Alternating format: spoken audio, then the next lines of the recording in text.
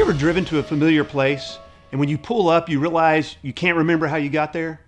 When you travel a familiar route, your brain learns to take you there almost automatically. Many addicts feel this way about acting out. They think it sometimes just happens.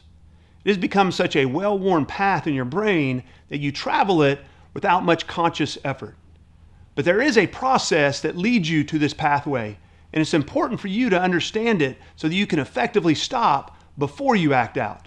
This process is captured in the sexual addiction cycle. An emotional or physical trigger leads you to the first stage in the cycle, fantasy. The desire to escape the pain and discomforts of life can lead you to fantasize about sex. You become preoccupied with a sexual thought, which causes your brain to release dopamine, which brings a mood-altering high. It becomes a mental state of arousal that can blot out the current demands of real life. It's a buzz the individual cultivates as a coping mechanism. This mental phase of the cycle can consume enormous amounts of time. Most of a person's time in the addictive cycle is spent in this phase. He truly is living in a fantasy world. Fantasy leads to routine.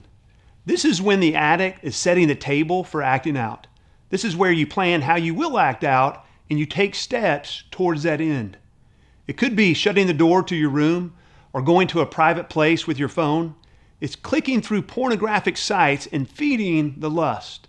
This is the build-up to acting out and can often be prolonged because once you do act out, it's over and reality hits again. I've known men to rationalize that as long as they don't act out, they can fantasize and go through their routines.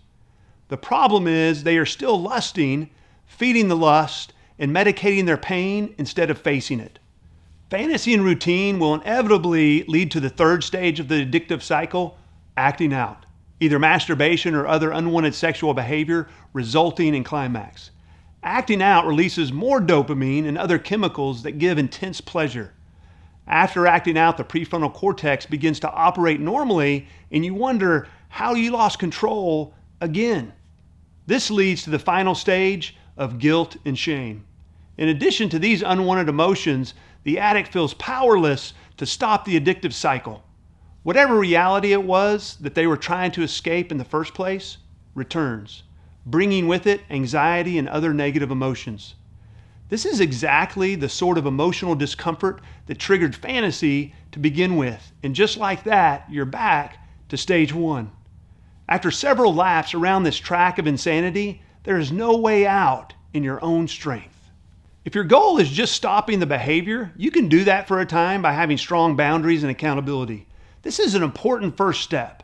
But if you also don't address the routines in your fantasy life, the acting out will eventually come back. The first three goals of any effective program must be to stop the behavior, stop the routines, and stop the fantasies. Stopping the behavior is literally just the tip of the iceberg because there's so much more underneath the surface to finding lasting freedom. The easiest place to intervene and halt the sexual addiction cycle is in stage one. This is why it's so important that you learn what your triggers are so you can avoid them and practice brace when you are triggered. If the cycle can be stopped in stage one, then none of the other stages will happen. If, however, the cycle moves forward into fantasy and then routine, it gathers momentum like a boulder rolling down a steep hill, which makes acting out sexually almost inevitable. Because of this, practicing brace when your mind turns to a sexual thought is so crucial to your freedom. Not only are you stopping the process before it starts when it's the easiest, but you're also building new pathways in your mind. Brace is a key tool to strike to the very heart of the addictive cycle. Stopping your routines will help you stop acting out. Routines are all the thoughts and actions that lead you to sexually acting out.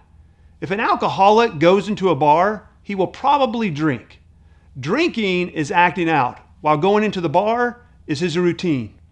If addicts allow themselves to engage in their routines, they will act out. Most men don't realize that they have routines that precede their acting out, but learning to see the patterns is crucial. Once you discover your routines, you need to put roadblocks up to prevent them. If your routine is going to a private place with your phone, then locking up and whitelisting your phone takes the phone out of the equation. This is why setting up boundaries is helpful, because you're interrupting the cycle. Healthy boundaries are set up to limit triggers and to put up obstacles to keep you from practicing your routines. The boundaries will probably need to be stricter in the early months and years of recovery. The guiding principle of doing whatever it takes should be followed. In the response section, we have some questions that can help you pinpoint your routines so that you can build your boundaries accordingly. In addition to dealing with these issues, it is essential to understand and address the factors that are driving the sexual addiction cycle. We will look at these in our next video.